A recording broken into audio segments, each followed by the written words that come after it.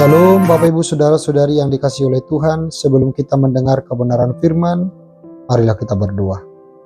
Kasih karunia dan damai sejahtera dari Allah Bapa dan anaknya Tuhan Yesus Kristus kiranya menyertai-mu sekalian. Amin.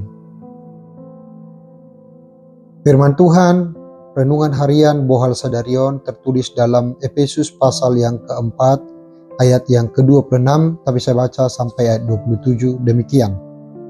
Apabila kamu menjadi marah, janganlah berbuat dosa. Janganlah matahari terbenam sebelum padam kemarahanmu. Dan janganlah beri kesempatan kepada iblis.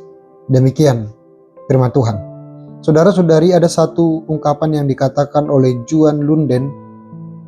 Dia berkata, hati yang dipenuhi amarah tidak memiliki tempat untuk cinta. Salah satu toksik atau racun yang merugikan kita belakangan hari ini adalah amarah ataupun kemarahan. Pagi-pagi orang sudah marah karena terlambat bangun atau terlambat ingin kerja, dia marah-marah. Macet di perjalanan, dia marah. Bahkan ketika sampai di tempat kerja atau di tempat usaha, kita pun sudah marah. Dan ada orang yang membawa kemarahannya dari rumah sampai ke tempat pekerjaannya, atau sebaliknya, dari tempat pekerjaannya kemarahannya, amarahnya dibawa hingga ke rumah. Dan yang lain ada yang menikmati kemarahannya sehingga kemarahannya berlarut-larut atau berkepanjangan, dan biasanya dia akan merembes ke tempat-tempat yang seharusnya tidak menjadi sasaran kemarahan. Karena itu, secara khusus firman ini mengingatkan kita, apabila kamu menjadi marah, janganlah berbuat dosa. Artinya marahlah pada waktu yang tepat dan pada tempat yang tepat.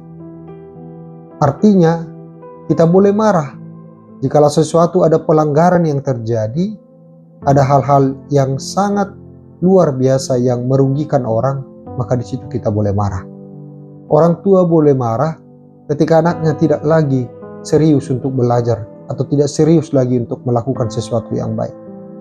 Seorang guru bisa marah kepada murid yang dikasihinya kalau dia tidak mau diajar. Atau kita boleh marah ketika ada pelanggaran di tempat pekerjaan atau apapun itu. Namun yang mau diingatkan adalah janganlah amarah kemarahanmu itu akhirnya membuat dosa. Artinya, kemarahan kita pada tempatnya, pada porsinya adalah benar. Allah berulang kali murka atau marah kepada umat Israel karena pemberontakan dan karena dosa-dosa mereka. Bahkan Yesus pernah begitu marah ketika dia melihat bahwa ada praktek-praktek yang tidak benar yang dilakukan orang-orang di bait suci, sehingga dia menjungkir balikan segala dagangan yang ada di bait suci. Sekali lagi, marah pada tempatnya, marah pada porsinya adalah sesuatu yang baik. Yang namun yang perlu kita jaga adalah janganlah amarahmu itu membuatmu berdosa. Sebab ketika amarah kita berkepanjangan, ketika amarah kita tidak pada tempatnya, maka disitulah titik masuk iblis untuk merayu kita, menggoda kita, sehingga kemarahan itu bisa merembes kemana-mana. Seorang suami atau istri mungkin sedang mengalami kemarahan, tapi biarlah mereka berdua menyelesaikan persoalan itu, dan tidak harus merembes sampai kepada keluarga besar ataupun kepada orang tuanya. Biarlah kemarahanmu engkau selesaikan dengan ketenangan, dengan dua-duamu, dan jangan perlihatkan kemarahanmu hingga kepada orang lain, atau misalnya engkau ketik dalam media sosialmu sehingga orang bisa menilaimu begitu dangkalnya kehidupanmu, karena kita tidak bisa mengatasi dan mengendalikan kemarahan kita.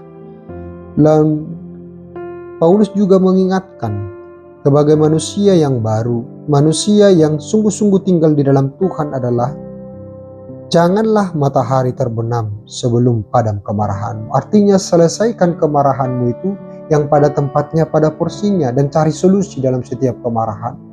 Tapi kemarahan yang didiamkan, kemarahan yang berlarut-larut, sekali lagi itu akan berakibat fatal dan bisa merusak hubungan kita yang disebut dengan toksik atau racun yang bisa merembes kemana-mana sehingga tidak adanya lagi damai sejahtera dalam kehidupan kita.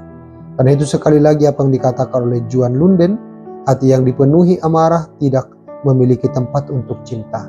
Bukankah dunia ini hari ini kehausan tentang cinta? Bukankah orang begitu gampang marah, begitu gampang menghakimi? Kalau orang berkata mulutmu adalah harimaumu, hari-hari ini orang berkata jarimu adalah harimaumu. Orang bisa terluka, orang bisa menangis, orang bisa menahan malu karena ada status-status yang berseliweran di media sosial yang menghakimi, menjas, bahkan mengolok-olok orang lain dalam penuh dengan kemarahan.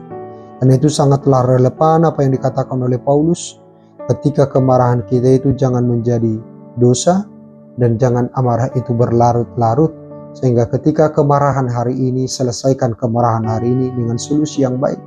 Alangkah baiknya kita boleh menenangkan diri, berdoa, bersyukur kepada Tuhan, supaya dengan sendirinya amarah kita dipadamkan. Selamat bekerja, selamat berkarya, Tuhan Yesus yang memberkati saudara-saudari. Kita berdoa. Kami bersyukur buat setiap penyertaan Tuhan dalam kehidupan kami. Kami boleh menikmati kasih-Mu yang tidak berkesudahan, cinta-Mu yang tidak pernah terputus-putus dalam kehidupan kami. Engkau layak marah karena keberdosaan dan ketidaktaatan kami. Tapi biarlah kami boleh meneladani kebaikan-Mu ya Tuhan di dalam kehidupan kami. Ketika ada sesuatu hal yang tidak sesuai dengan yang kami pikirkan, kami tidak cepat marah, tapi kami boleh menenangkan diri kami, dan kami boleh ikut ambil bagian untuk menyelesaikan setiap persoalan yang membuat kami marah.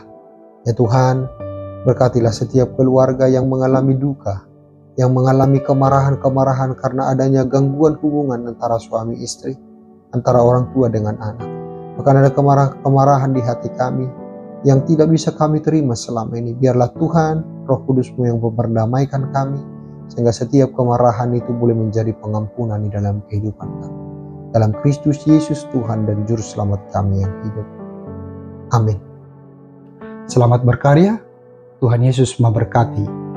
Horas.